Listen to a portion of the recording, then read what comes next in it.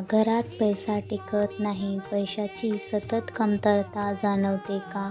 तर तुळशीच्या मुळाशी संबंधित हा पारंपरिक उपाय श्रद्धेने करून पहा. तुळशीच्या मुळाशी असलेली थोडीशी स्वच्छ माती घे. त्यामध्ये थोडंसं हळदी कुंकू मिसळ आणि त्याची एक छोटीशी गोळी तयार कर. ही गोळी वाळल्यानंतर आपल्या पर्समध्ये किंवा पैशाच्या ठिकाणी श्रद्धेने ठेव.